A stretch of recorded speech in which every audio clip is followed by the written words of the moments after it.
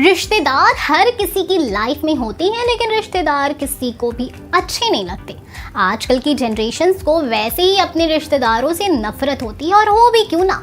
रिश्तेदार जब भी आते हैं अपने बच्चे की तो अच्छाइयाँ करके जाते हैं और दूसरे के बच्चे में कमियाँ निकालते हैं। खुद की ज़िंदगी में भले ही लाख परेशानियाँ चल रही हो, लेकिन उन्हें हमेशा दूसरों की लाइफ में इंटरफेयर करने की आदत होती है।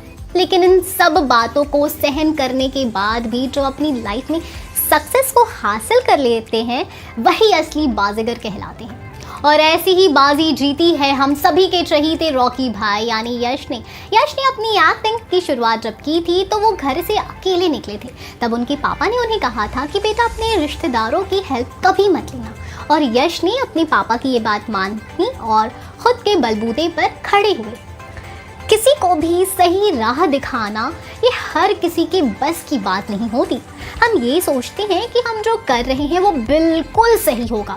हमारे लिए हुए फैसले को हम बिना सोचे समझे एक्सेप्ट कर लेते हैं और उन पर काम करना शुरू कर देते हैं। लेकिन हमारे लिए हुए फैसले गलत भी हो सकते हैं, इसके बारे में हम सोचते नहीं हैं। इस बात का एहसास हमें तब होता है जब हम कुछ गलत कर देते हैं, जिस कारण हमें कहीं ना कहीं कुछ लॉस बेयर करना पड़ता है। लेकिन उस टाइम हमें हमारी गलती को सुधारने के लिए जो इंसान सही सलाह देता है, हमें सही रास्ता दिखाता है, उस टाइम हमारे लाइफ में वही एक फरिश्ता होता है।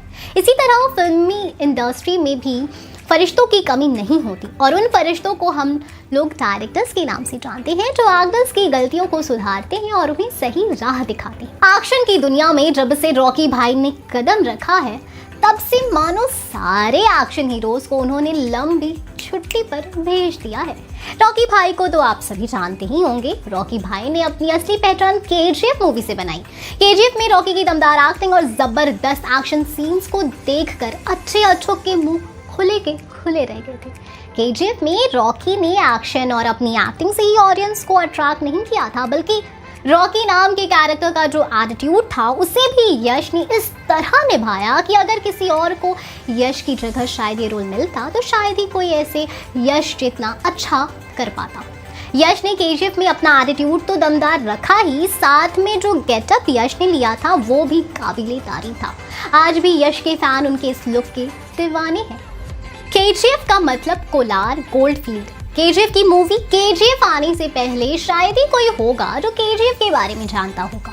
केजीएफ आज से नहीं बल्कि सालों से इंडिया में है, लेकिन केजीएफ को असली पहचान तब मिली जब इसे डायरेक्टर प्रशांत नील ने अपनी मूवी के लिए चुना। इससे पहले अगर हम केजीएफ के आसपास रह रहे लोगों के अलावा किसी और भारतीय से इसके बारे में पूछते तो उसका यही जवाब होता कि मैं किसी केजीएफ के बारे में नहीं जानता। केजीएफ बैंगलोर में कोलार डिस्ट्रिक्ट में स्थित एक जगह है जो आज से नहीं ब्रिटिशर्स के टाइम से इंडिया में है। ऐसा माना जाता है कि ब्रिटिशर्स केजीएफ को स्मॉल इंग्लैंड के नाम से बुलाया करते थे। ऐसा हो भी क्यों ना, क्योंकि केजीएफ सोने की खान थी जहां से लाखों टन सोना निकाला जाता था। साल 1905 से यहां से सोना निकलता रहा और 121 सालों तक इसका खनन होता रहा। केजीएफ को सोने की चिड़िया भी बोला जाता है, वो ऐसे ही नहीं बोला जाता। इस देश ने अपने अंदर लाखों का सोना छुपा कर रखा था। वो तो हमारी बदनसीबी थी कि इस सोने को अंग्रेज हमसे चुरा कर ले गए, नहीं तो आज हमारा देश भारत दुनिया में पहले नंबर पर होता। लेकिन कहते हैं ना, जो होता है अच्छे के लिए होता है। शायद हमारे साथ भी जो हुआ अच्छे के लिए ही हुआ होगा। हमारा सोना तो ले गए, लेकिन हमारे संस्कार नहीं चुरा पाए। इंडिया में सोने की खान कोलार गोल्डफील्ड थी, जो कि 1905 से इंडिया को सोना दे रही थी, लेकिन कुछ कारणों से इसे साल 2001 में बंद कर दिया गया। पर केजीएफ के आसपास रह रहे लोगों का कहना है कि आज भी केजीएफ की ज़मीन के नीचे लाखों का सोना छुपा हुआ है। अगर आज भी केजीएफ की ज़मीन को खोदा जाए तो उसके नीचे सोना ज़रूर निकलेगा। किसी भी कहानी को इंटरेस्टिंग तब तक नहीं बनाया जा सकता जब तक कि उस कहानी में हीरो को दुखी करने के लिए विलेन ना हो, और जब किसी कहानी में एक की जगह अनेकों विलेन हो तो उस कहानी को सुनने का मज़ा कुछ और ही होता है। और अगर वही कहानी सुनने के बजाय साक्षात देखने को भी मिल जाए तो दिन बन जाता है। केजीएफ भी एक ऐसी ही कहानी है जिसमें जितने भी कैरेक्टर हैं वो सभी विलन हैं, और तो और कहानी का हीरो भी एक विलन ही है, लेकिन वो विलन होकर भी ऑडियंस की नज़रों में हीरो है। और असली विलन तो केजीएफ में अधीरा है, जो रॉकी को बार बार परेशान करता है। अधीरा का लुक केजीएफ में सबसे हटके है।